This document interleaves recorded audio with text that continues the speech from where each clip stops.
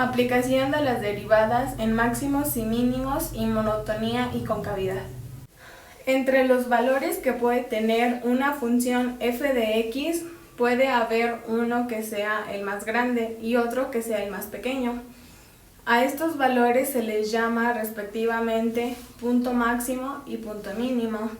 Si una función continua es ascendente en un intervalo y a partir de un punto cualquiera empieza a decrecer, a este punto se le conoce como punto crítico máximo, aunque comúnmente solo se le llama máximo.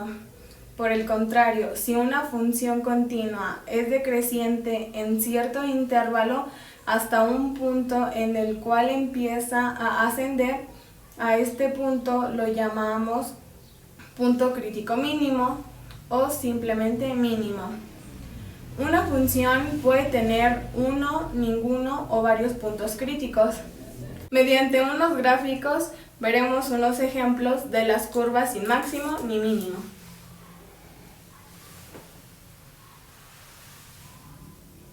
A esto comúnmente se le llama una función sin máximos ni mínimos. Puede estar dirigida en ambas direcciones.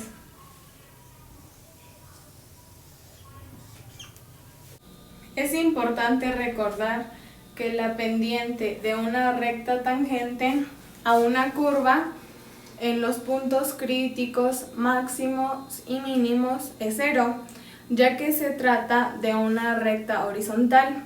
El punto crítico máximo, las funciones tienen un valor mayor que su entorno, mientras que en los mínimos el valor de una función es menor que en su entorno. En un punto crítico máximo relativo, al pasar de la función de creciente a decreciente, su derivada pasa de positiva a negativa. En un punto crítico mínimo relativo, una función deja de decrecer y empieza a crecer. Por tanto, su derivada pasa de negativa a positiva. Hablaremos de la monotonía y concavidad en funciones derivables. Respecto a la monotonía, se buscan intervalos en los que la función es monótona, creciente o decreciente, aplicando el criterio de la primera derivada, lo que nos permite deducir la existencia de extremos, que son los máximos y mínimos. Respecto a la concavidad, utilizaremos el criterio de la segunda derivada para buscar los posibles puntos de inflexión. Hablaremos del método de solución de monotonía y concavidad. Como primer paso se estudia el dominio de la función. Si el dominio es de los reales, los únicos posibles extremos son los puntos críticos, es decir, los que anulan la primera derivada. Si el dominio está formado por uno o más intervalos, tenemos que estudiar si los extremos finitos de los intervalos son extremos. Pero si la función es a trozos, estudiaremos cada intervalo del dominio como si fuese una única función y consideraremos los extremos de estos como posibles extremos. El paso 2 es la búsqueda de extremos. Calculamos la derivada de la función, buscamos los posibles extremos o puntos críticos. Pero si la función no es derivable en ningún punto del dominio, tendremos que comprobar si dicho punto es un extremo. El paso 3 es la monotonía. Estudiamos el signo de la derivada en algún punto de los intervalos en los que el punto crítico divide el dominio. Si el signo es positivo, la función crece en el intervalo al que pertenece el punto. Si es negativo, la función decrece. Según la monotonía, sabemos si los puntos críticos son extremos y en tal caso si son máximos o mínimos. Si el decrecimiento a la izquierda del punto crítico y decrece a la derecha, se trata de un máximo. Si es decreciente a la izquierda del punto crítico y creciente a la derecha, se trata de un mínimo.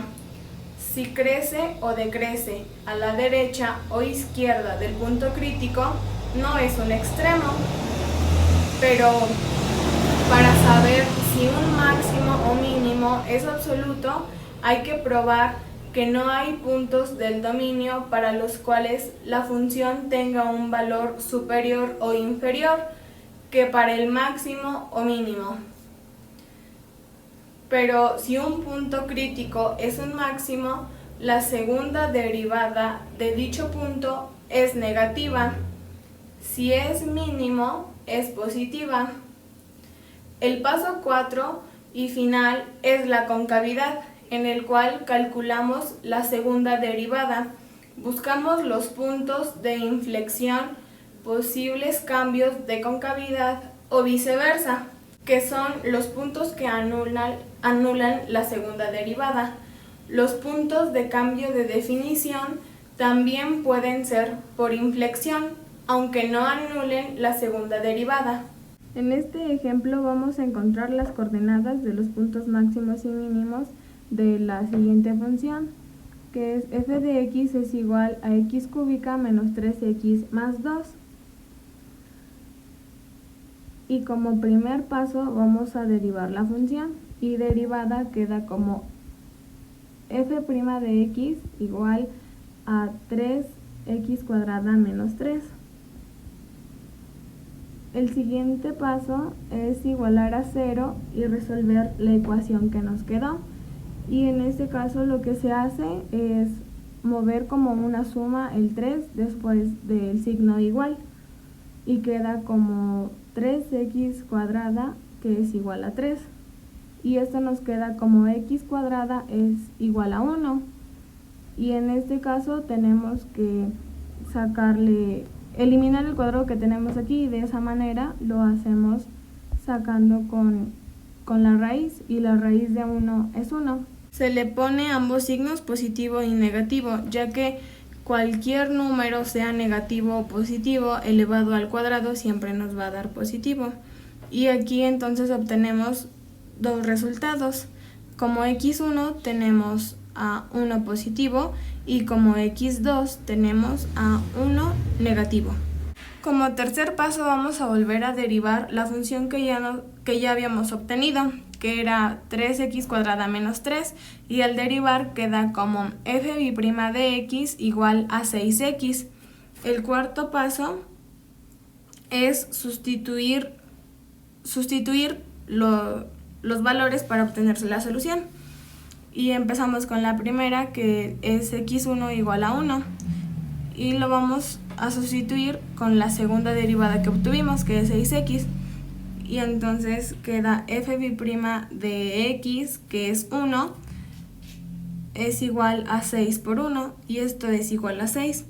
Como nos queda 6 y es un número positivo, eso quiere decir que es un mínimo. Ahora sustituimos el siguiente valor de x2, que es x2 es igual a menos 1, y nos queda f' de x o menos 1 es igual a 6 menos 1, que es igual a menos 6. Ahora nos quedó un valor negativo, y cuando nos queda negativo significa que es un máximo. En el paso anterior vimos qué derivada era un mínimo y cuál un máximo. En el paso 5 vamos a obtener las coordenadas de y vamos ahora a sustituir los valores de x1 y x2 en la primera función que tuvimos, que es x cúbica menos 3x más 2. Y el primer paso nos queda así. Es f de x o f1, que es el valor de x1, es igual a 1 al cubo menos 3 por 1 más 2. Y al hacer las operaciones nos queda como resultado 0. Así que la coordenada y es 0. Y como la coordenada x es 1, nos queda como un punto de 1,0. Y ya habíamos obtenido que esto es un mínimo. El punto 1, 0 es mínimo. El siguiente valor de x2, que es igual a menos 1, queda como f de menos 1 es igual a menos 1 al cubo menos 3 por menos 1 más 2, y eso nos queda como menos 1 más 3 más 2, y al realizar la operación obtenemos un 4, y que nos queda que 4 es el valor de y menos 1 es el de x, y nos queda el punto de menos 1,4, y anteriormente obtuvimos que esto es un máximo.